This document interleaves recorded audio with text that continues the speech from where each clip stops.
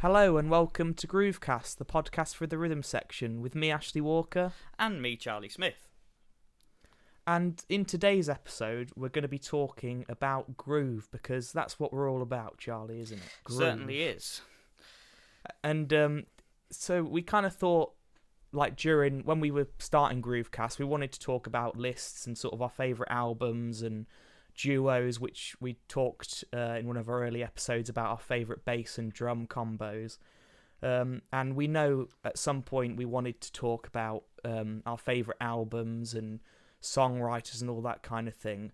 So in sort of thinking about what we're going to do for today's episode, we thought we'd try a different angle for our favourite albums, and rather than go for just our favourite albums or our most listened to albums or desert island albums or that kind of thing, we thought we'd go for our top favourite groove albums. So these are albums that are all based around groove, and it might be funk or R&B or soul or jazz or or fusion. It could be any of those types of genres. And so we thought we'd talk about our favourite groove albums. And for this list, we've decided rather than to go for a top 5, we'd go for our top 3 groove albums, so that we could go into a little more detail and talk if Charlie has a pick and I want to comment on something that I like about it, or vice versa. We can do that. And we should also just mention that the fact that we've decided to go for top 3 has made this extremely difficult to pick just 3 of our favourite groove-oriented albums. I think it's safe to say that both of our lists have been changing by the day leading up to actually recording this. So it's one of those things that probably, if we look back on this in a couple of months' time, we'll probably disagree with ourselves again. Yeah. And have a slightly different thought. But as it stands right now, I think we're both content with what we've come up with. Yeah, and I think, though, as Charlie said, we had short lists about as long as our arms to start with, these albums that we have picked have always been on there. And I mean, like we say, that in a couple of months' time, as with all musicians, it could change, but these albums will always be there or thereabouts for us. So I wonder, Charlie, do you want to kick us off with your... We're sort of going a kind of order, but like with all these lists, any of them could take the number 1 spot for us, but we can go ahead with your number 3 pick, I suppose. So my number 3 pick is the self-titled album by the Steve Gadd Band. So this is an album that I kind of was first introduced to probably 4 years ago now, when it first came out. Always been a fan of Steve Gadd, and really the bass line of the bass of this band is the bass of the James Taylor Band.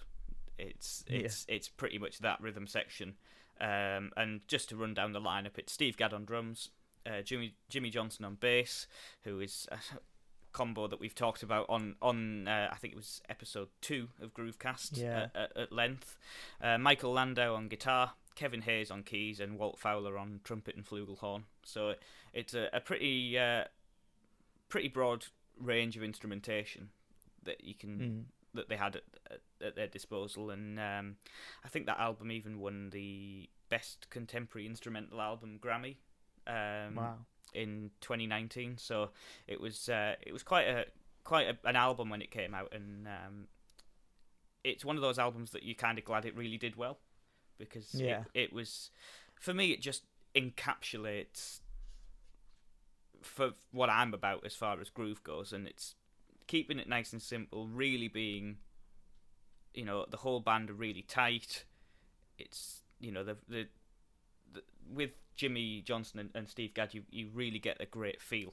They can really get into that sort of laid back, laid in feel, where you can just, I know we hate to use the word pocket, but there is a lot of pocket going on, and it's not necessarily playing anything complicated or anything crazy, but it's just the way that they do it and how they keep it so simple but make it so listenable, and one of those albums that for me you can enjoy from top to bottom, which I think for probably all of our picks in this episode, they're all going to be that kind of album that you can listen to front to back and enjoy every track, or enjoy even just as a listening experience, not just as sort of background music day to day or whatever. Yeah, I think like you say with Steve Gadd's own band, and it's like what he's made a career out of is just being, like we said, this word, in the pocket, and just dug in, groove, a solid drummer. And like with his own project, there are points where it's almost like he's allowed to let his hair down, whereas when he's playing with Clapton, these other guys, he's just doing his job, he's in his lane. And that's why so many, I think, drummers love him, and why musicians across the board love him, whether you're a drummer or a trumpet player, or it's one of those guys that he's just so dug in his place and holds it together. He's just the perfect sort of session drummer. Yeah, and as a band leader on this, he did it perfectly, because he just let everyone do their thing. You know, although they had the tunes written, the tunes were every player put their stamp on it. So you know, you hear it and it sounds like Gadd. You know, you hear the bass, it sounds like Jimmy Johnson. It's that kind of band where everyone's there for the right reason. And as we've spoken about before on Groovecast, getting to see that band in Ronnie's in London. Funnily enough, I went along with a bass player and a keyboard player, and all three of us walked away just blown away by it. And they played most, if not all, of that album. And yeah, it was just, you know, if you think it's great on the record, in a live situation, it just was even more so. You know, I've never seen a bass player stood so far back on a stage to be right next to basically sat on Steve Gadd's lap with the bass tucked right into the hi-hat, just, you know, and the two of them together were just like a force to be reckoned with. And you know, it's quite often you have that kind of line on a stage of where all the back line sits behind it with the drummer and then everyone else is in front. But in this case, it really wasn't. It was Jimmy Johnson was squashed up against the back wall at Ronnie's right next to Gadd, and just so in the groove with him. And it was just a sight to behold, and a sound that very few other setups can really give. Yeah, like you said, we have mentioned, because in our second video, we did about top bass and drum combos, and you went for Gadd and Jimmy Johnson. And I mean, it may be mentioned later on when we talk about our favourite albums, like some of those James Taylor albums that feature them together. And like you say, they're just so dug in together. And even though they're in their own lanes, like one of the bands I'm going to mention on this episode just talked about staying in your own lane. They work so well together. And Jimmy Johnson's got, I think, one of the loveliest tones of his bass. It's like not toppy, but it's resonates, and you can hear all the notes, like precisely what he's playing, and together they're just, like you say, a force to be reckoned with. Yeah, I think that's just it. And I mean, as with all of our choices, they're probably going to be quite rhythm section biased, because that's what we're kind of about. But just in general, with the whole lineup, it's just like they're all players who they've been around, they've done all the gigs that you could do, and then when you just stick them together and let them do what they want to do, it just has, you know, really, really great results. And yeah, that's why I kind of was quite happy to put it on my list. And let's throw it over to your side of the court for your third place pick. Yeah, so my third place pick was something, when talking about the shortlists for this being so long, the thing that made it easier, even though it was like a groove album, which for me would be different from my favourite album, even though it's still one of my most listened to. It could be, my favourite album could be my favourite for different reasons, maybe to do with the songs rather than the bass or the drums, or which we're all about. But the thing that made it easier to pick these songs was, like you said, with your picks, they're albums that we have listened to all the way through from start to finish, and that made it easier, because there aren't that many albums really that you can think you would listen to all the way through and love every song. And you know, there's usually one or two that you'd skip because you don't like them. But when thinking of groove albums and just one of my favourite bands and rhythm sections, it made this pick easy. And it's Earth, Wind and Fire, I Am, that album they did in the late 70s. So lineup wise, it would have been Verdine White on bass, Drums, I think, it might have even been Maurice White on most of these tracks. Ralph Johnson and Philip Bailey doing percussion, as well as so many other session players that they got in for this album. And the Phoenix Horns, of course, were on it. And writing and producing and playing on most of the album was David Foster, which I think this is one of his sort of things that got him on the map and made his name. And it's an album that, like I say, you can just listen to from start to finish and love every song. The groove is just incredible, and something I think Verdine White does really good is just these unorthodox bass lines that you wouldn't think of yourself, especially on something like In the Stone, which starts off the album. It's all like off the beat and pushed, which I always think, and me and my dad laugh about sometimes, because there was I think a BBC documentary a few years ago with Earth, Wind and Fire, and Verdine White and Ralph Johnson were on talking about their groove and what makes Earth, Wind and Fire so great. And they said, like, the key to our groove and like percussion and the drums and the bass is that it's all on the one. Like, everything's on the one, man. It's like In the Stones, none of it's on the one. Like bum bum bum bum, but like none of it's on. It's all pushed, but it's like, and it's unorthodox, but it's such. I mean, that track, what a way to open an album with that. And you've got the Phoenix Horns on there, and then you've got Jay Graydon and David Foster wrote After the Love Is Gone together, which I think is one of the great sort of love songs, and it's got this great groove as well. It's not just a ballad, it's like and a really different melody. It changes keys so many times. It's really clever. And off that album you had In the Stone, as I mentioned before, After the Love Is Gone, and Boogie Wonderland, which I didn't know before looking into this, that it was the Emotions were on Boogie Wonderland with Earth, Wind and Fire, and they did the backing vocals for it. And it was a big hit album. After the Love Is Gone and Boogie Wonderland, I think both reached number 2. They were the 2 singles off the album. And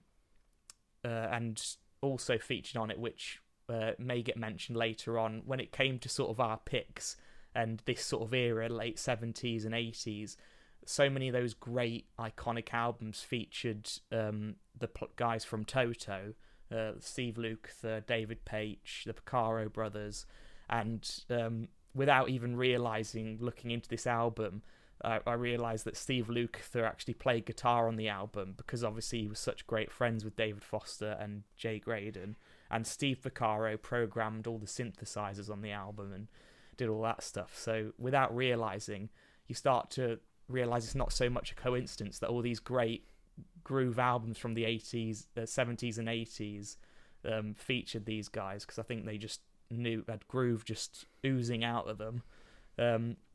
Yeah, so great album, awesome grooves, a lot of syncopation in it, which I think you'll find in a lot of these sort of funk and R&B stuff. And yeah, unorthodox bass lines, and which I think is why Verdine White, even though I think in a lot of ways he's underrated, he does, when bass players, especially funk players, talk about their inspirational heroes and idols, he's usually mentioned because of the unorthodox bass lines, and he has influenced so many bass players. Yeah, I totally agree on that. I mean, what an album. It's just one of those sort of quintessential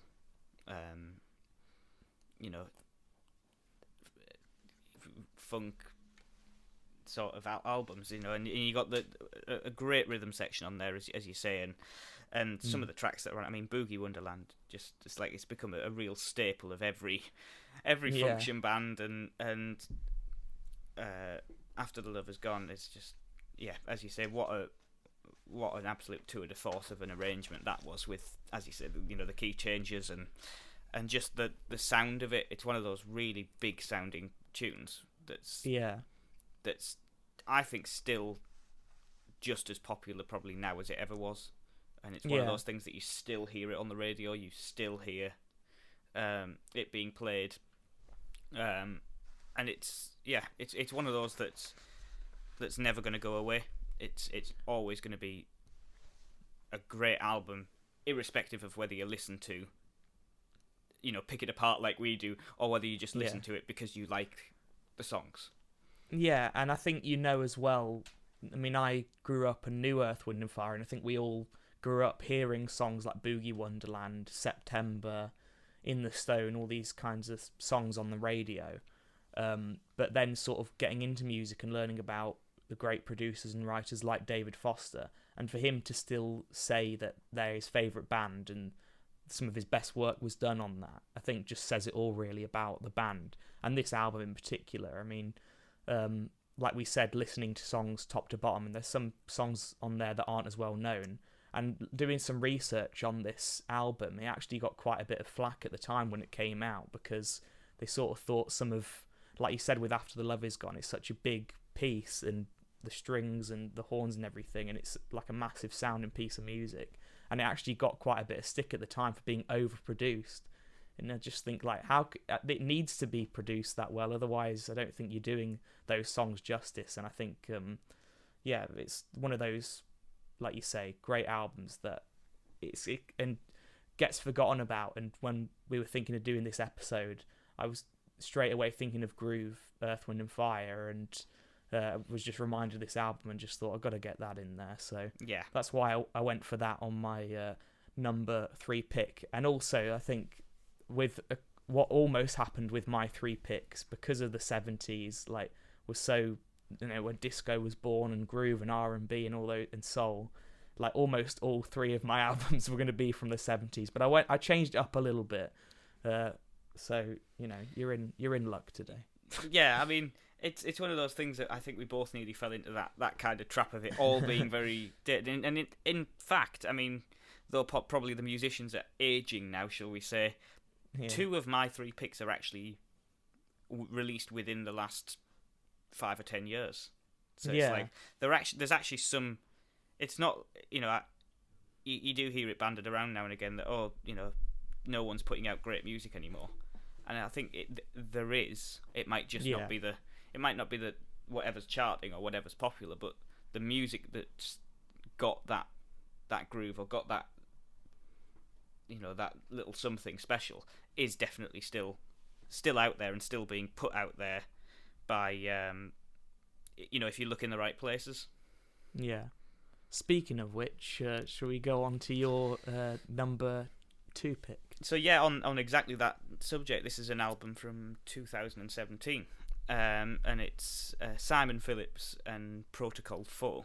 So Protocol as a band, which is what it is has been around for years and years and years in various guises. Always led and sort of, it does all the songwriting, or a lot of the songwriting, by Simon Phillips. And I mean, Simon was drummer for Toto, played with Pete Townsend, and very, very, very varied session player, and been around for probably the best part of 40 years or more.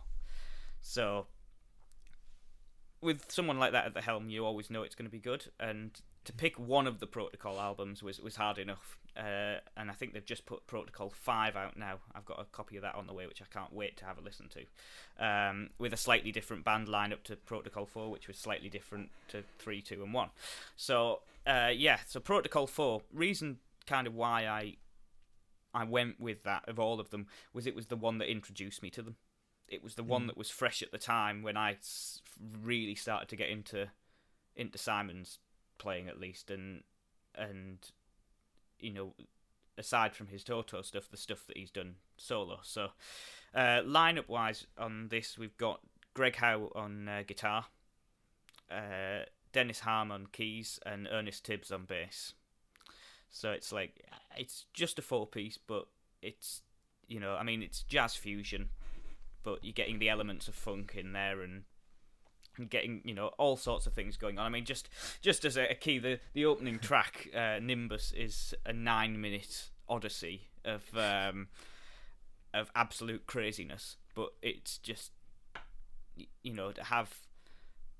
to do that kind of thing, you've just got to be of such a standard of musicianship that you've got to know, knowing where you are and what you're doing is and Nimbus, in fact, I think is probably my favourite track on there. It will be a toss-up between that and Pentangle, which is a piece that uses obviously quite a lot of 5.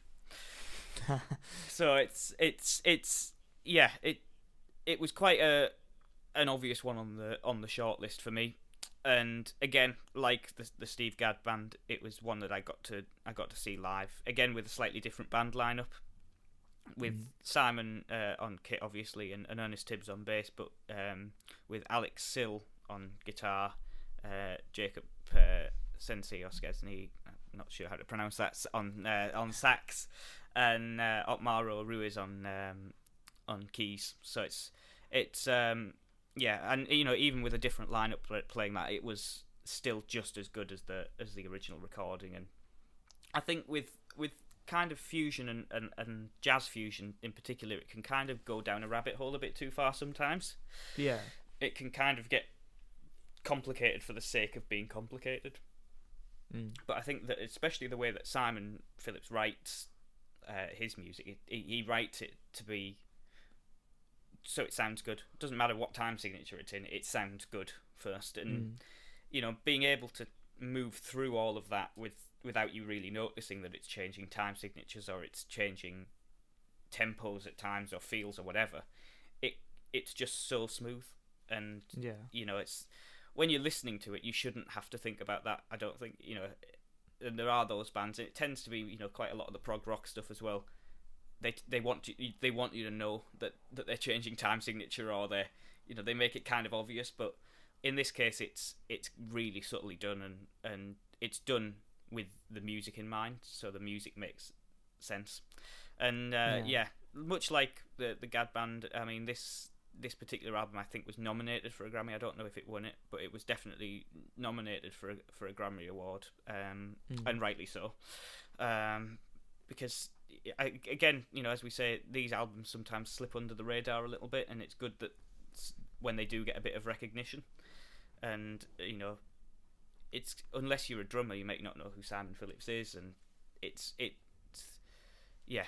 one of those where, again, it could fall into the trap. I mean, as a drummer, Simon could have fell into the trap of having, he uses a really big drum kit, but again, he knows when to use it. So, he knows when to play the big fills and the things that you kind of want to hear when you put something like that on. But also, you're getting tons and tons of groove, where he's just locking in with Ernest Tibbs and making a really good racket.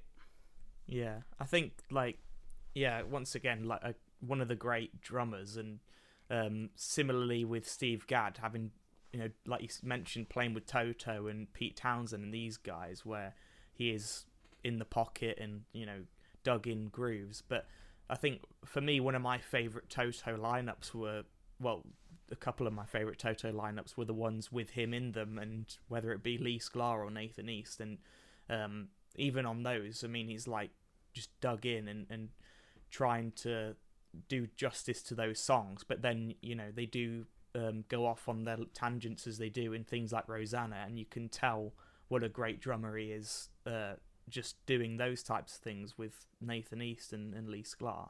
And like you say, I think it's really right, like with the different time signatures and stuff, and with the prog rock stuff, it is like you say, they want you to know, and you are trying to think, oh, what time signature is this in? Then it's 10 something or a 50.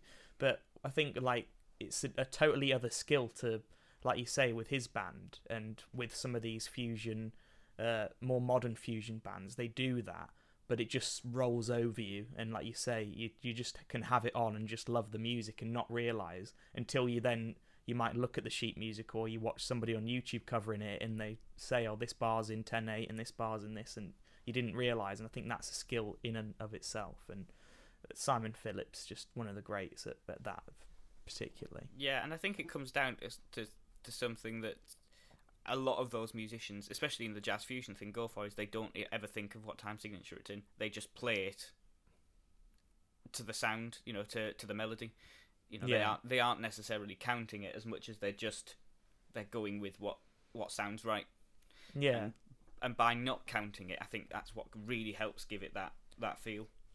Yeah, and with him as well, playing with all these guys and all these session things that he's done, that he's come from a very cultured, and he's got that musical knowledge in him, so they can do that. And even though, like you say, those guys, they do it without thinking about it, but they have that knowledge. So then when it comes to having jammed or written it without thinking about it afterwards, they can say, okay, like that's obviously in 5/4, or that's in, and then make it sort of musically correct, if you like. Yeah, But, I'm totally with you on that, and yeah, it's just another one of those albums, where I don't think there's a bad track on it. Everything and every track is different. Every track comes with a different thing, which I think is something we'll probably get to in a bit with definitely with my first pick. But every track brings something different, and it's not one of those albums where they all sound the same. Every track is decidedly different, whether it's a slower thing, or it has a big build up or whatever.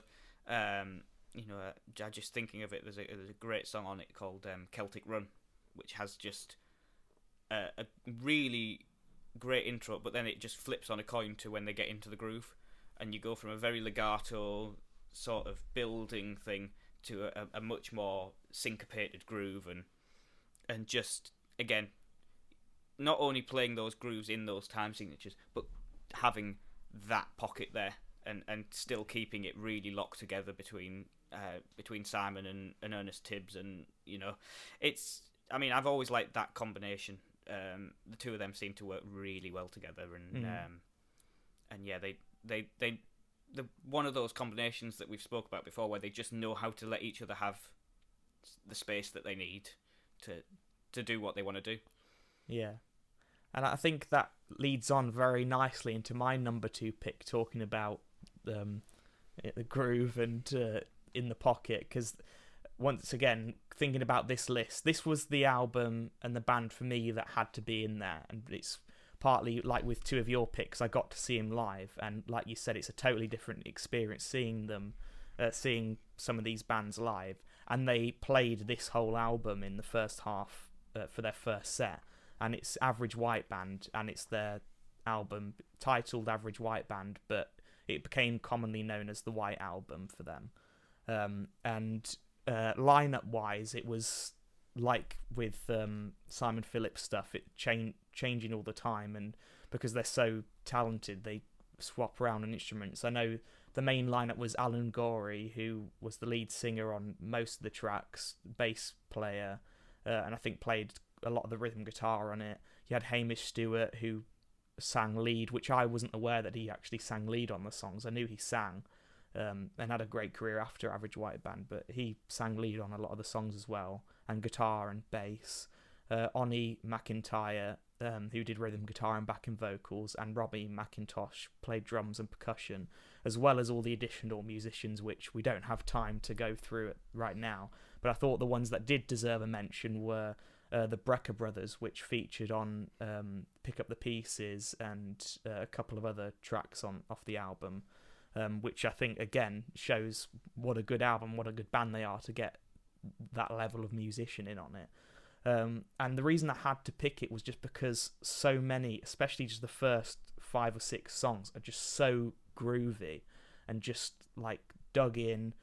And with Average White Band, it's different, where it is just that, like we said, and we're going to keep mentioning, in the pocket, and the bass isn't doing anything complicated, and the drums, to the untrained ear, you might think it's a really boring gig because they're just dug in playing sort of the same groove, but it's just so great to listen to. And when we got to see them live, it was just one of our favourite concerts that we've been to, because every song was just so funky and dug in, and great vocals as well. Alan Gorey, they're still going strong now with a slightly different lineup, but he's still sounding just like the record.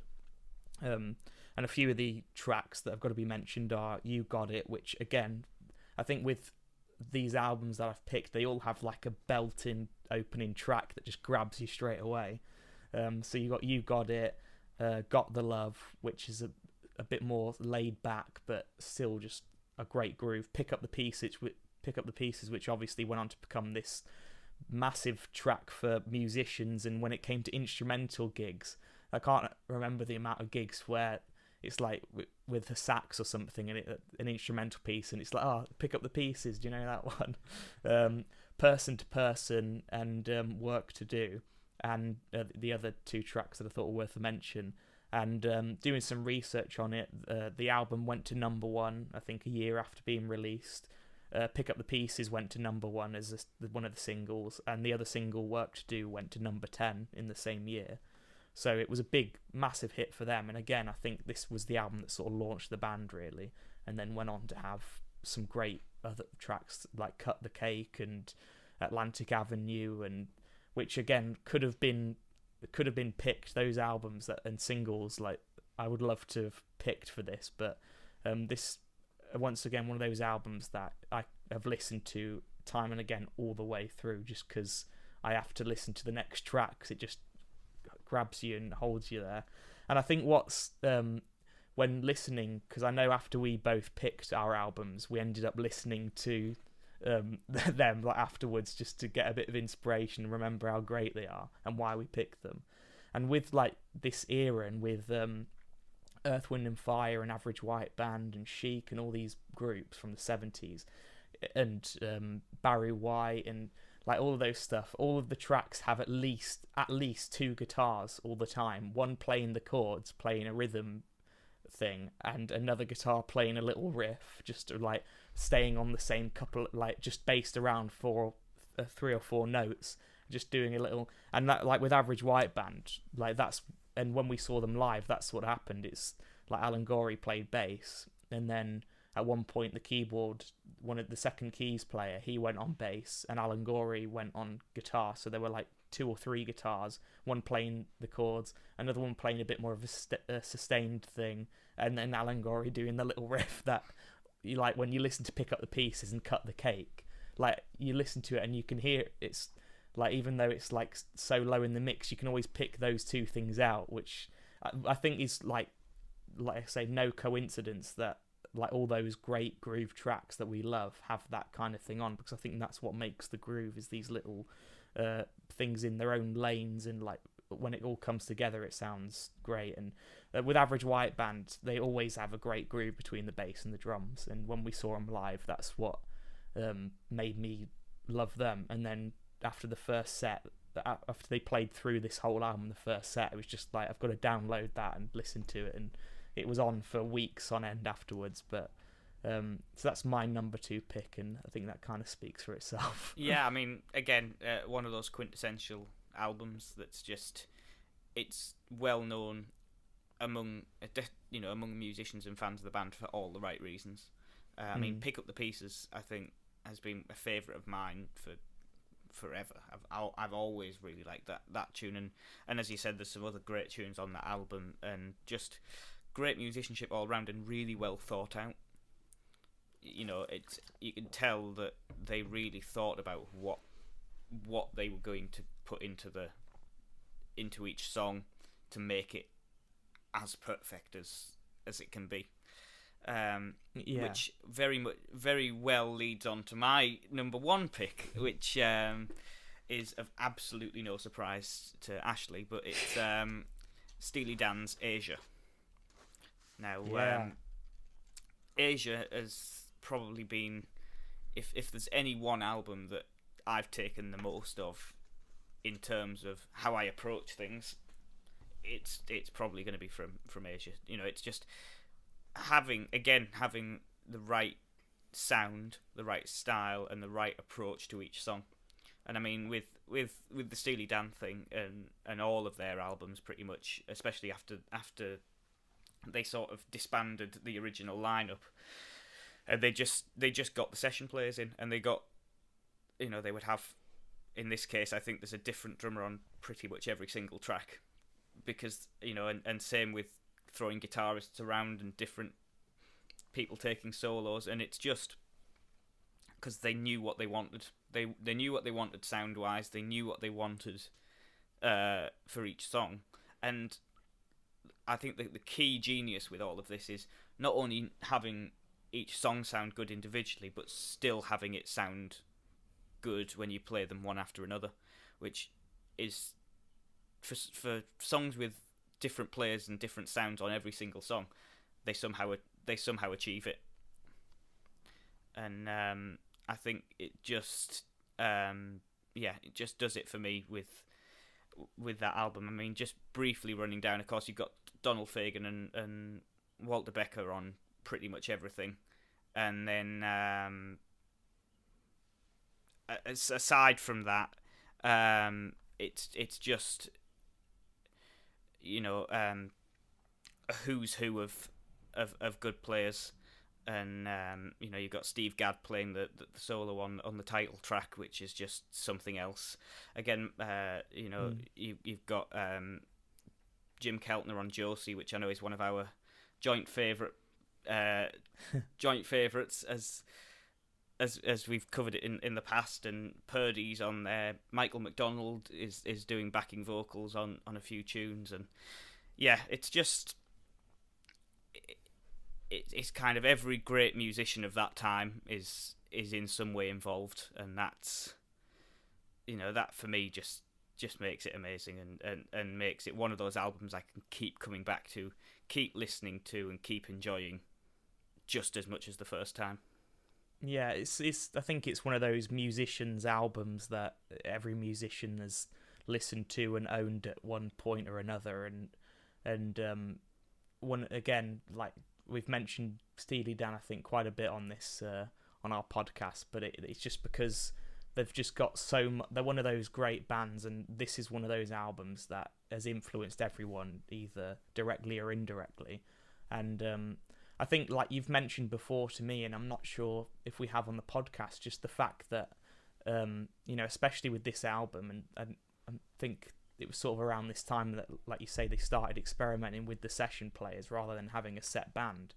And it's just one of those albums where they have different players almost near enough on each track, a different rhythm section, I think Purdy's on almost all the tracks. I'm not sure if he's on all of them, but certainly a different drummer, Gadd, Keltner, and it doesn't sound any different when you get onto the next track. It could easily be Steve Gadd or Keltner, but they're just playing for the song, and each song works. It doesn't sound like this is a different load of music. Oh, this is obviously a different group of musicians, because it's a totally different feel. It just all works. And well, it's exactly that. I mean, I think the only constant is really Chuck Rainey, who's on everything other than Deacon Blues, which I think Walter Becker played bass on that, and I think that's the only one he's not on. Other than that, it's all Chuck Rainey on bass. And then just running down the list of drummers, you've got Steve Gadd on the title track, you've got Paul Humphrey on Black Cow, Purdy on Deacon Blues and Home at Last, Ed Green on I Got the News, and then Rick Marotta on Peg, and Keltner on Josie. So it's like, you couldn't ask for a better selection of drummers who all do their thing. And that's kind of, I think, the genesis of Steely Dan, is that they called on all these players, but they got them to do what they do best.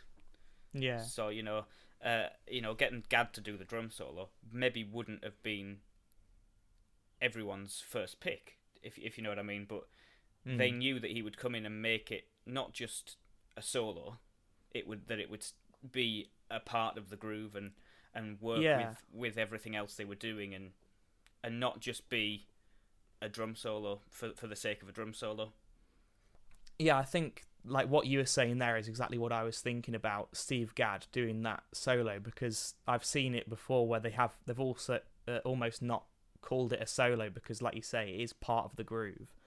And I am now realising as well that I muddled up Bernard Purdy with Chuck Rainey, which is why I said they were on every track.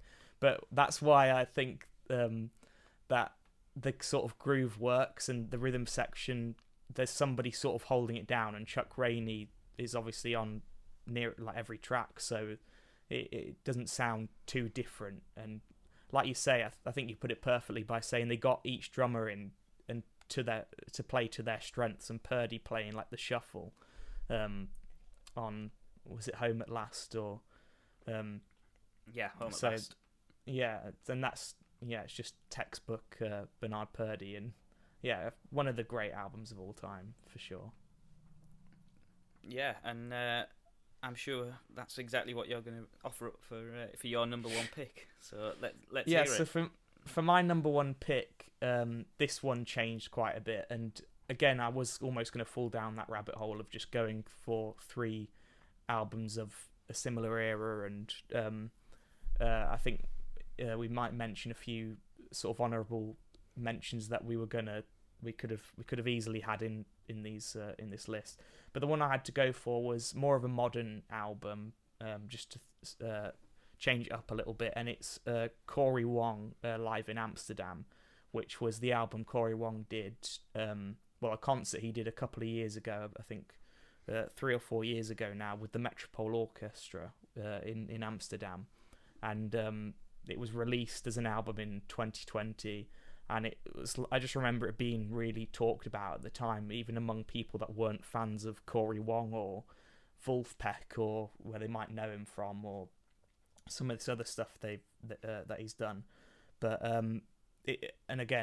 it's one of these albums that I think reaches across the aisle almost between reaches across the different worlds, from the orchestral world to the funk world, and it does it so brilliantly, and the arrangements are absolutely stunning on some of these tracks, and I think it makes it sound like the tracks were almost made to sound like they were meant to be with an orchestra.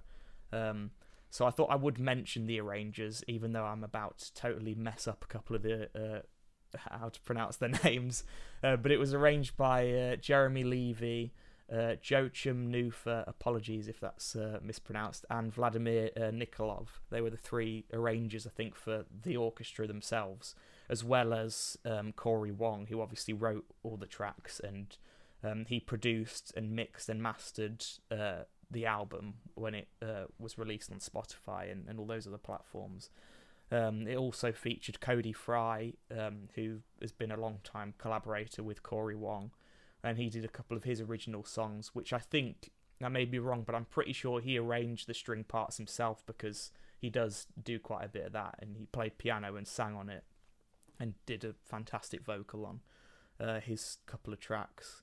And yes, again, as I mentioned, and I'm now realising that each of these albums starts with such a just belting first track, and this one starts with Ketosis, which sounds great. When Corey Wong, I've seen him on YouTube and stuff, play it live with his own band, and he's always got a great brass section and horn section and a great rhythm section, and it's just fast straight out of the gate. And this version with the orchestra is just supreme. It's just awesome. Just fast, still a tight groove. The bass and drums are just so locked in and together. The orchestra arrangement for it is just wonderful as well. It just offers so much light and shade between the sort of funk and groove of the rhythm section and Corey Wong's guitar, and then you've got the strings playing legato and sort of a more emotional, almost if you took the rhythm section away, it would be a totally different piece because of what they're playing. And then you've got the horns bridging that gap between the orchestra and his band, because they're playing in a very tight and funky way, which I'm sure that some members of the orchestra might have not been used to playing that type of groove. But I think as well it just deserved a mention because I think we've seen sort of certainly more recently the Metropole Orchestra doing these types of concerts with people like Corey Wong and Marcus Miller, and it says that these two worlds of orchestral and funk and fusion and jazz, they're not too different, and there are similarities, and so that's why I had to go for this Corey Wong Live in Amsterdam, because it's just one of my favourite albums of all time, really. Yeah, I think it's good as well that you went with a live album, because it's something that had crossed my mind, but I kind of didn't want to open the can of worms of having even more choice and even more options to go with, and because a lot of live albums, especially from some of the bigger artists, tend to be a greatest hits live sort of thing rather than it being so specific. But in the one that you've picked, it's kind of good that it's been specially arranged for that project, and not being, you're talking to the uninitiated here as far as a lot of the Wolfpack stuff, but which will change at some point, no doubt. But just having heard the little bits and pieces that I have, and knowing what their kind of style is, it's certainly on your recommendation going to be an album I'm going to be giving a spin to at some point, and having really having a listen to, because it's one thing, I think, as we'll both agree, to listen to an album while you're doing something. It's a total other thing to sit with the intention of listening to an album, or or listening to a piece of music, because you miss so much when you're not focused into it. Yeah, and it's one of those concerts as well. It's on YouTube, and I think it was released on YouTube before the playlist was released, and the album itself was released on Spotify. And it's one of those as well that you can just sit and just, when you've got a couple of hours, and just sit and watch. And me and my dad did, and you turn off the lights and get your speakers on, and just, like you say, take it in, which is a totally different experience, and give it your full attention. And you have a whole new appreciation for it, and a whole new appreciation for someone like Corey Wong, who can sometimes be, called and just put into one box of what he does, but he's got a whole other side to him as a producer and a mixer and arranger that isn't as talked about. And it's one of my favourite albums. Absolutely love it. Yeah, and what a way to wrap up what has been, I think, talk about 6 really, really great and very groovy albums. Yeah. And I think, as far as honourable mentions, we could go on all day. But I mean, I don't know if you have any that you particularly wanted to make mention of. Yeah, the reason I wanted to make a mention is as well because we certainly will be covering more albums. We may go over some of the albums that we've talked about today, certainly like Asia, and in future we will be talking about more. But when it comes to groove albums, the other albums that I did think about that may not make the cut in future are Chic. I wanted to pick one of their albums, but it was too hard to pick out of because they had only a handful of albums, and they each had sort of iconic songs on. But I was going to possibly pick their self-titled album. Marcus Miller, Renaissance, is a fantastic album, certainly worth a listen to. James Ingram, Michael McDonald. There were so many albums by those artists that we both love, and we were going to pick, but unfortunately they didn't make the cut. Yeah, and say for me, there was Quincy Jones was one I'd love to have gotten in there somewhere. I think the dude, his album is just an absolute masterpiece. And as well as that, going back to what we were saying about the Brecker Brothers, Boz Scaggs' Silk Degrees album, again, another one that's just one of those that you can listen to top to bottom and just absolutely adore. And funnily enough, an album I've only come round to probably more recently, as far as reading the Jeff Porcaro biography and it being kind of talked about a little bit. And yeah, what an album! I didn't know what I was missing out on with that one, but yeah, it's there's definitely many more that we could have talked about in this list, and more that we definitely will talk about in the future. Yeah, and mentioning the future, we thought it was worth a mention that this is obviously our 9th episode of Groovecast, and we've decided that the next episode, our 10th, will be the final episode for this season of Groovecast before we go off and come up with some new ideas and angles to talk about groove. So the next episode, the next instalment of Groovecast, we're planning on having a very special guest and a different idea for you, and hopefully something for everybody to enjoy. So that's going to be our 10th and final episode for this season. So you need to make sure to stick around and check that one out as well, for sure. Absolutely, and always as usual, we'll see you again on the next episode.